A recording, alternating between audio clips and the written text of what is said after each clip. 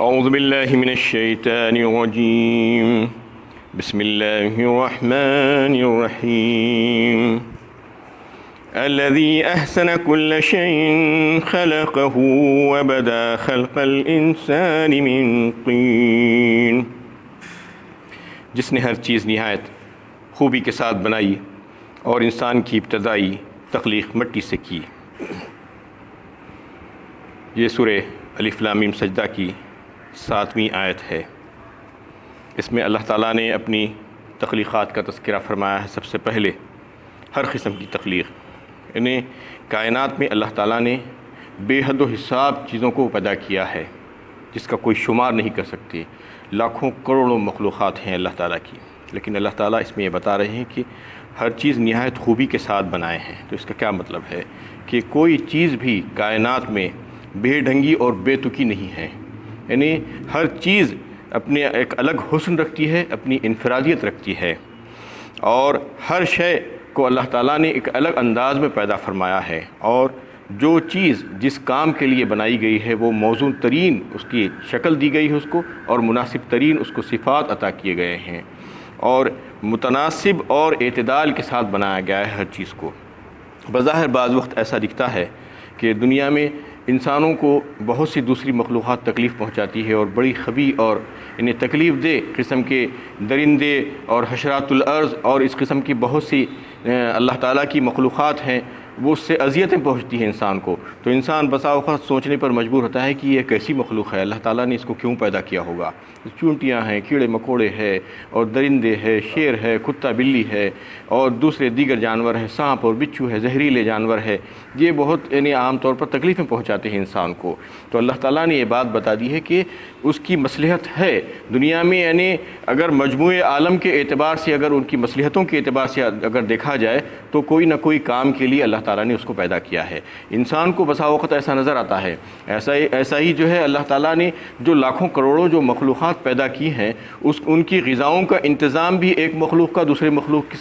کو جو ہے مار کر دیا ہے اللہ تعالیٰ نے۔ کئی ایک مخلوقات کو آپ دیکھتے ہیں کہ چھوٹے چھوٹے کیڑے مکوڑوں کو کھا لیتے ہیں، اور پھر ان کو دیکھتے ہیں کہ انہوں کوئی دوسری چیزوں کو کھا لیتے ہیں۔ ایسا ہی انسان کے لیے بھی اللہ تعالیٰ نے مویشیوں کو رکھا ہے کہ مویشیوں کو کاٹ کے ذبح کر کے انسان کھا لیتا ہے۔ تو ایسا اللہ تعالیٰ نے انتظام کر کے رکھا ہے، اور اس کے لیے اس کے تعلق سے جو ہے انہیں بالکل بات واضح ہے کہ نہیں چیز نکمی کوئی زمانے میں، کوئی برا نہیں قدرت کے کارخانے میں، یعنی کوئی چیز بھی جو ہے بیکار نہیں ہے دنیا میں، ہر چیز کا کوئی نہ کوئی مقصد ہے اور مطلب ہے اس کا، اور آپ کو نہیں معلوم ہو سکتا کہ اس کا کیا مطلب ہے اور کیا مقصد ہے۔ جیسا کہ ایک مثال کے طور پر ایک شاید چائنا کا کوئی ایک دیہات تھا، گاؤں تھا، وہاں پر لوگ یہ سمجھنے لگے کہ ہمارے کھیتی باڑی جو ہوتی ہے اس کو چڑیاں نقصان پہنچاتی ہیں، چھوٹے چھوٹے چڑیاں آ کر اس کو کھا لیتے تھے ان کے اناج کو۔ تو انہوں نے جو ہے وہ ساری چڑیوں کو ختم کر دیا، یعنی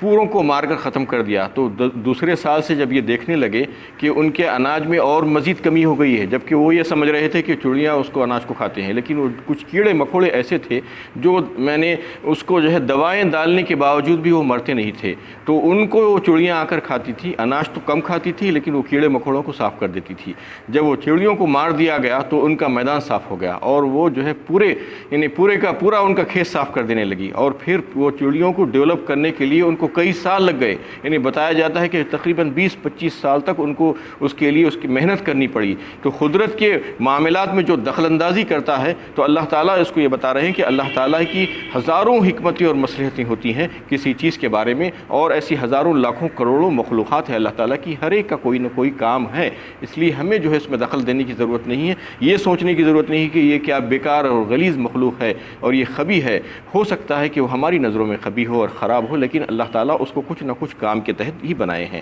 تو اس میں یہی بات اللہ تعالیٰ اس آیت کے ٹکڑے میں کہہ رہے ہیں، الذی احسن کل شیء۔ یہ سوچتے ہیں انسان کہ ایسے کیسا ہے کہ ہر چیز اچھی کیسی ہوگی، الذی احسن کل شیء خلق وبدا خلق الانسان من طین۔ اور پھر اب انسان کا تذکرہ اللہ تعالیٰ کر رہے ہیں کہ انسان کو ہم نے اس کی تخلیق کی ابتدا مٹی سے کی، اور ساری مخلوقات میں اللہ تعالیٰ نے انسان کو بہت اچھا بنایا۔ لقد خلقنا الانسان فی احسن تقویم کہا سورہ 3 میں اللہ تعالیٰ نے۔ یعنی اشرف المخلوقات بنا دیا اور اس کی بہترین شکل و صورت اس کو عطا فرما دی دوسرے مخلوقات کے مقابلے میں۔ اور پھر انسان کی جو تخلیق کی جو ابتدا کی گئی وہ حضرت آدم علیہ السلام کو اللہ تعالیٰ نے مٹی سے بنایا، اور پھر انہی کی بائیں پسلی سے حضرت حوا کو بنایا اور ایک جوڑا بنا کر تیار کر دیا۔ اب اس جوڑے سے اللہ تعالیٰ نے لاکھوں کروڑوں اربوں اور کھربوں انسانوں کو دنیا میں قیامت تک آنے کے لیے جو ہے ایک سلسلہ قائم فرما دیا، ایک نظام بنا دیا، ایک حیرت انگیز مخلوق انسان، اس کو پیدا کرنے کے لیے اللہ تعالیٰ نے ایک ایسا نظام مقرر کیا۔ اس کے بعد کی آیت میں اس کا تذکرہ اللہ تعالیٰ فرما رہے ہیں کہ ثم جعل نسلہ من سلالۃ من ماء مہین، پھر اس کی نسل مٹی سے پیدا ہونے والی اشیاء کے خلاص جوہر کی ایک بے قدر پانی سے چلائی، یعنی انتہائی بے وقت پانی کا ایک قطرہ آب،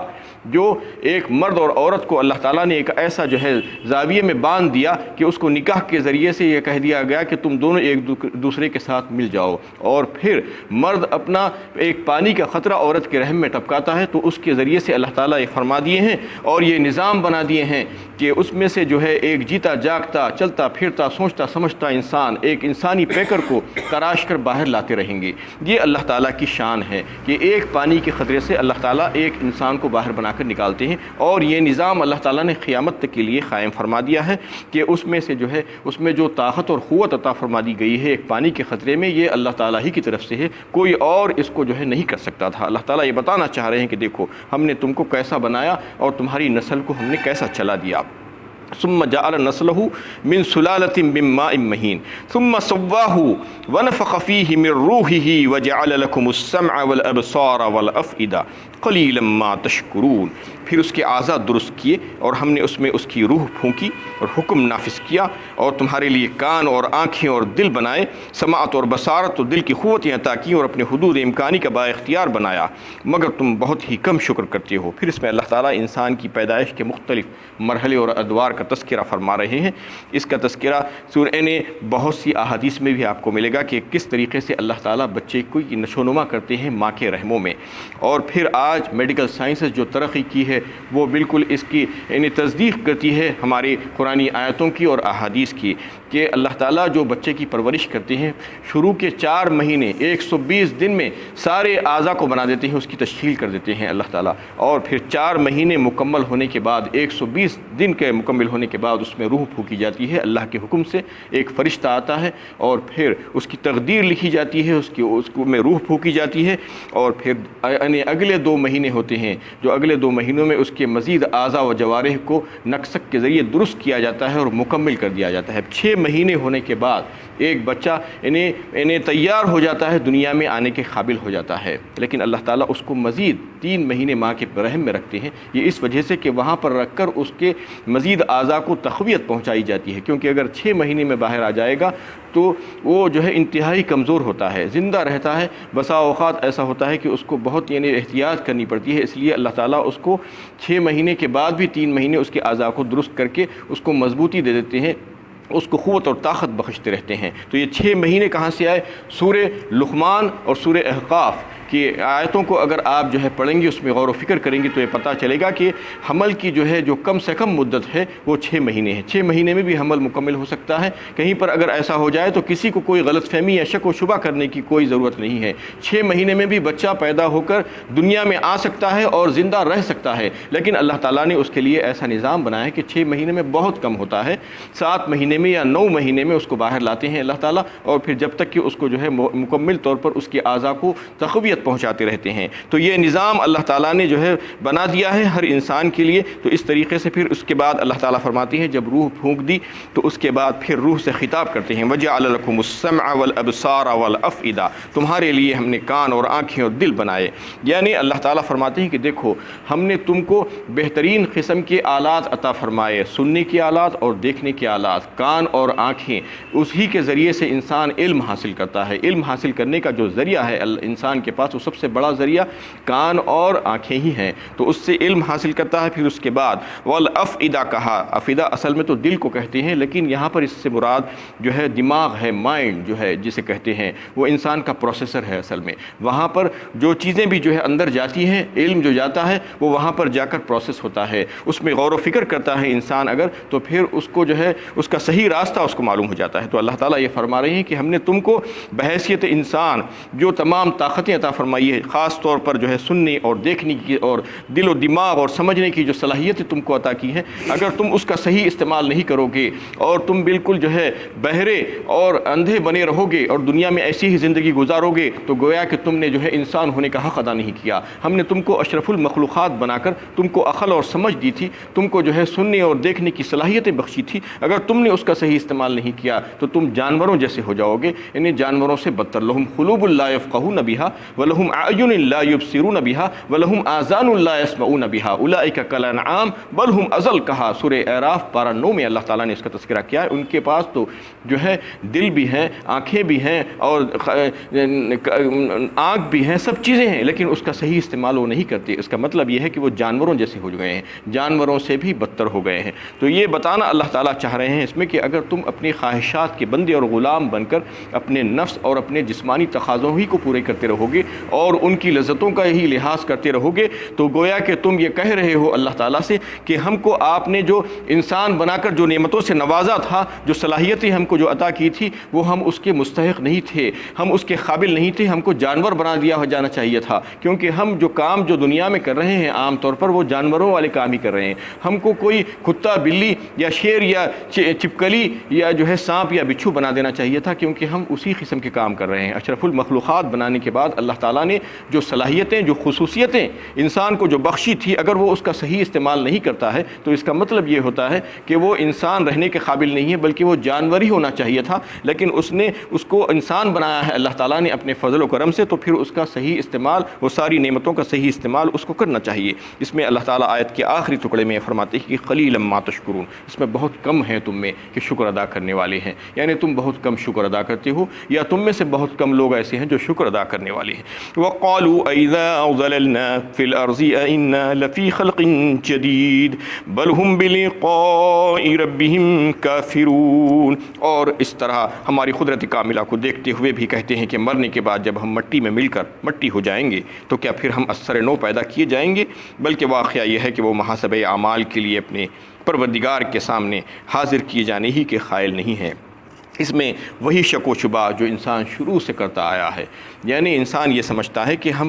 ہمارے مر جانے کے بعد ہم دوبارہ کیسے زندہ ہوں گے۔ بعث بعد الموت کا جو عقیدہ ہے وہ عقیدے کو تسلیم کرنے کے لیے تیار ہی نہیں ہے آج انسانوں کی اکثریت۔ ان ہی الا حیاتنا الدنیا نموت ونحیا وما نحن بمبعوثین، اللہ تعالیٰ نے یہ فرما دیا ہے کہ یہ لوگوں کا قول ہے جو منکرین ہیں، یہ سمجھتے ہیں اور یہ کہتے ہیں کہ یہی دنیا کی زندگی ہے، بس یہیں پر جینا اور یہیں پر مرنا ہے، اس کے بعد کسی قسم کی کوئی دوبارہ زندگی نہیں ہونے والی ہے۔ تو اللہ تعالیٰ فرماتے ہیں کہ یہ لوگ انہیں دوبارہ زندگی اٹھائے جانے کو بہت مشکل سمجھتے ہیں، بہت انہونی بات سمجھتے ہیں، ناممکن سمجھتے ہیں۔ ذرا ان کو غور کرنے کے لیے کہو کہ پچھلی زندگی، پہلی زندگی جو ان کو دی گئی تھی وہ کس نے دی تھی اور اس وقت ان کی کیا حیثیت تھی۔ اللہ تعالیٰ نے ایک حقیر پانی کے خطرے سے ان کو پیدا کر دیا تھا جب تو وہ کچھ بھی نہیں تھے، اب تو کچھ ہو، ان کے پاس کچھ تو بچے گا، ان کے مر جانے کے بعد، ان کی ہڈیاں ہو جانے کے بعد ان کی کچھ نہ کچھ ہڈی تو بچے گی۔ آج میڈیکل سائنس یہ بات کو ثابت کر چکی ہے کہ انسان کے ورٹیبرل کالم میں جو آخری ہڈی ہوتی ہے جسے ٹیل بون کہا جاتا ہے، دمچی، وہ دمچی چاہے جلا ڈالو یا گاڑ دو، ہزاروں سال ہو جانے کے بعد بھی کہیں پر بھی اگر سمندر میں چلے جائے یا کئی جانور کھا لے تو وہ دمچی بچ کر رہ جاتی ہے،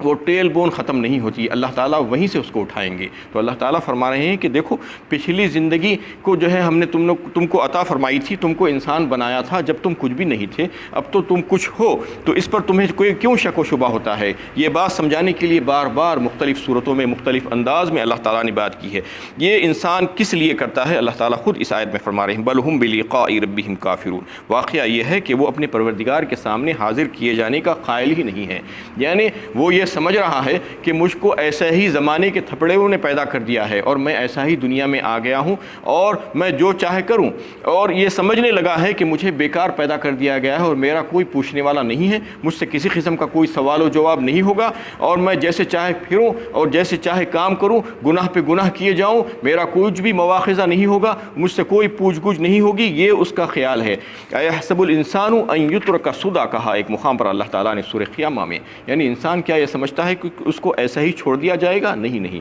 اسے ایسا نہیں چھوڑا جائے گا، بلکہ اس کی باس پرس ہوگی، اس سے سوال و جواب ہوگا۔ ایک دن آئے گا اس کے مرنے کے بعد دوبارہ اس کو زندہ کیا جائے گا، اور پھر وہ رب کریم کی عدالت میں اس کو حاضر کیا جائے گا، اور پھر وہاں پر ایک ایک ذرے کا حساب اس سے لیا جائے گا۔ اس کے دنیا کے جو عمل ہوں گے اس کے بارے میں اس سے پوچھا جائے گا اور سوال کیا جائے گا کہ تم نے دنیا میں کیا کیا عمل کیے تھے۔ وہاں پر اس کو ساری باتوں کا جواب دینا ہوگا۔ وآخر دعوانا ان الحمد للہ رب العالمین۔